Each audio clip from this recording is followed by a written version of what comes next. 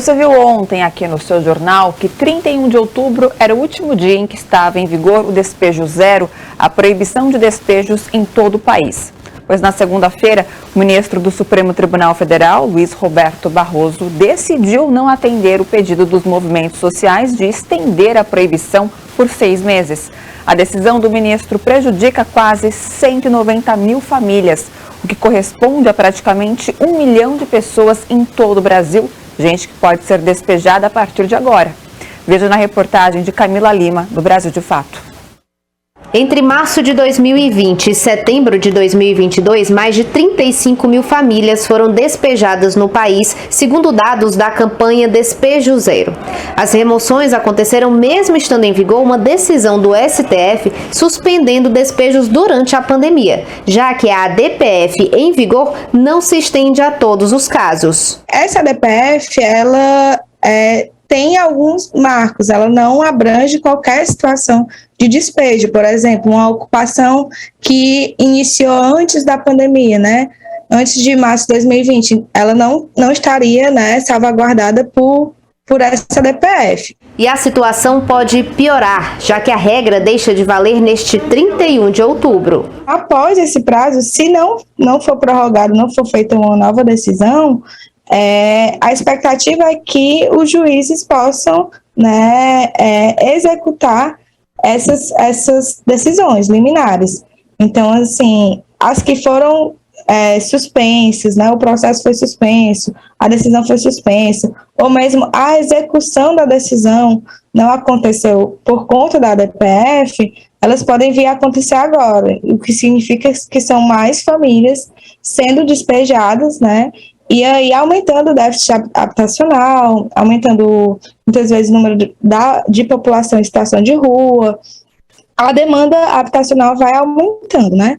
Maria Assunção e Rony Sena vivem hoje no acampamento Zé Maria do Tomé, na Chapada do Apodi, no Ceará, e falam sobre a apreensão que vem tomando conta de suas vidas nos últimos dias. Tenho muito susto que a lei acabe, a gente não tem para onde ir. Vivo aqui, construí minhas plantinhas, vivo dessas plantas. Tenho minha moradia aqui. Como está se vencendo, a gente fica com aquela angústia, a gente não sabe para onde vai. E a gente vive aqui, a gente tira o sustento da gente daqui. E é isso que a gente tem medo. Essa mesma angústia é parte do cotidiano de quase 190 mil famílias brasileiras que também estão ameaçadas de despejo. Segundo dados da Corregedoria do Tribunal de Justiça, só aqui no estado são mais de 150 ações de reintegração de posse que já estão em andamento, ou seja, com o fim da lei, estão prontas para serem executadas. A líder comunitária Georgiane Silva Grangeiro acompanha de perto a realidade de 2 acampamentos na capital, onde vivem mais de 100 famílias. Todas sob o medo constante de terem de deixar seus lares. A gente não tem onde colocar as famílias, né? Então, assim, se voltar o despejo, né, do jeito que ele acontecia antigamente, muitas famílias vão sofrer, sem contar que não tem empreendimento para colocar as famílias, né? Aí uma pergunta fica no ar, aonde essas famílias vão morar, né? Porque não existe mais o programa Minha Casa Minha Vida.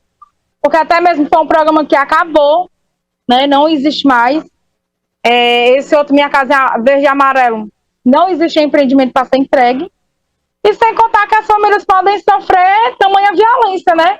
Quer ser tirada daquele local onde ela está morando, onde ela está habitando, por questões, né, financeiras, porque só vai para dentro de ocupação realmente quem precisa. Este é o retrato da falta de política de habitação no país. É o que defende o advogado popular Cláudio Silva e coordenador do escritório Dom Aloísio, que acompanha famílias em risco de despejo. Despejos coletivos forçados, né? Ou seja, ações, seja resultado de medidas judiciais ou de medidas administrativas do poder público, que despejam uma grande quantidade de famílias, por si só, deveria ser retirado do direito brasileiro.